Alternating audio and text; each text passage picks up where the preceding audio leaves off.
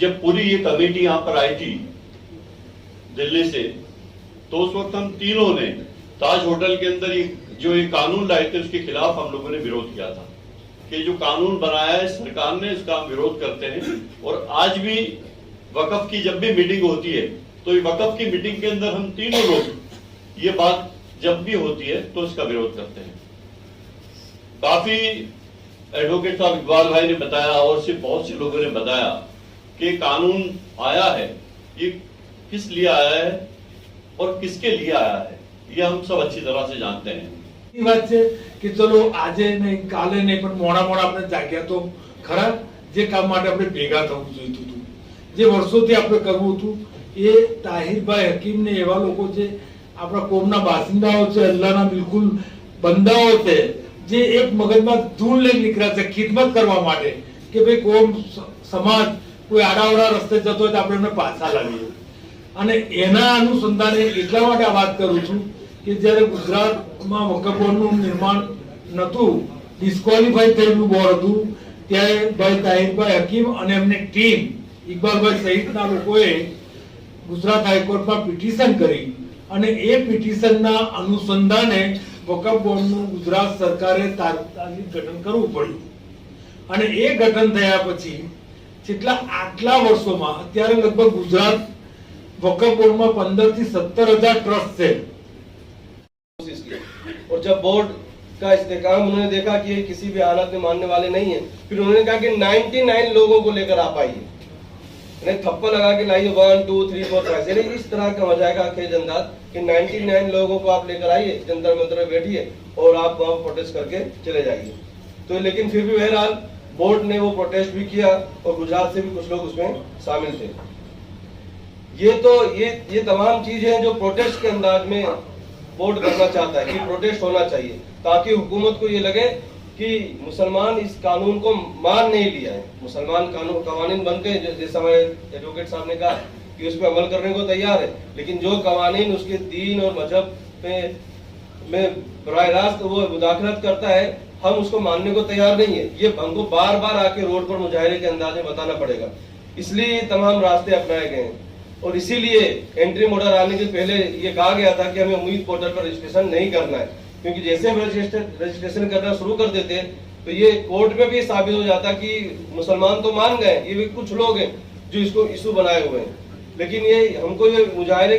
करके बताना है हुकूमत को कि हमने इसको तस्लीम नहीं किया है। लेकिन इसके साथ साथ हमको मुल्क के जो हमारे दीगर लोग हैं, जो बिरादरान वतन है, उनके अंदर एक नेरेटिव बिल्डिंग का भी काम करना पड़ेगा। आप समझ लीजिए यूसीसी हो या वकफ हो, इन दोनों जो रहमत वाले कानून है, रहमत वाली चीज है, इसको सामने रखकर प्रोपेगेंडा इस तरह खड़ा किया गया कि लोग इससे डरने लगे। यानी इस्लामोफोबिया को फैलाने के लिए जो मुसलमानों के पर्सनल लॉ है और वकफ है, इसका बहुत इन्होंने इस्तेमाल किया कि ये जो पर्सनल लॉ है औरतों पे जुल्म करता है, ये वकफ है, वकफ बोर्ड जहाँ पर हाथ रखते वो जमीन उसकी हो जाती है। मिसालें दी जाती है, हमारे रियासत सूरत की मिसालें दी जाने लगी पार्लियामेंट में। तो ये पूरा नैरेटिव खड़ा करने का काम मीडिया और ये पूरी हुकूमत और यहाँ के लोग कर रहे हैं, तो उसके सामने हमको हमारा नैरेटिव भी खड़ा करना चाहिए। इसलिए मुस्लिम पर्सनल लॉ बोर्ड ने इसका भी खास एहतमाम किया है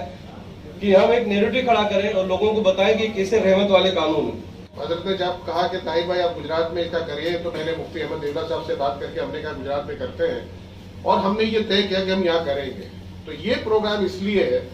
आपको जो जानकारी दी गई है वो जानकारी आप तक रहे, लेकिन इंशाअल्लाह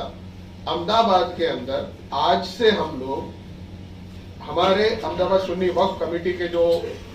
लोग हैं, इकबाल मालवत साहब के सरपरस्ती में आफ्ताब शेख करके एडवोकेट हैं, जो वक्फ के बहुत अच्छे वकील हैं, वक्फ के ट्राइब्यूनल में और वक्फ के मसलों को रेगुलरली अपीयर होते हैं,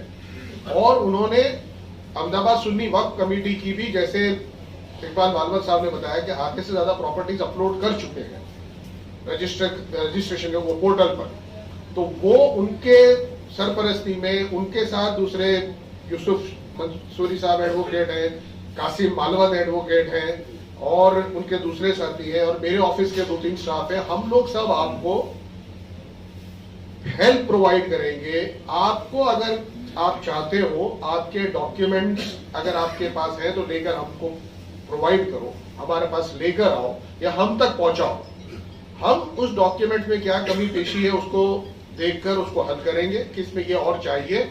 और वो हासिल कैसे करना है, इंशाल्लाह उसमें भी हम आपकी मदद करेंगे। कहते हैं। और जब भी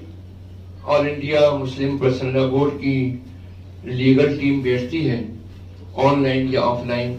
तो ये हमेशा उसमें शरीक रहते हैं और इनकी जो राय होती है वो माशाल्लाह बड़ी काबिल अकल होती है। तो इनकी खूबी जो है वो ये है कि जहाँ ये वकालत से वाकिफ हैं, वकालत करते हैं, वहीं ये स्टडी बहुत करते हैं माशाल्लाह। तो ये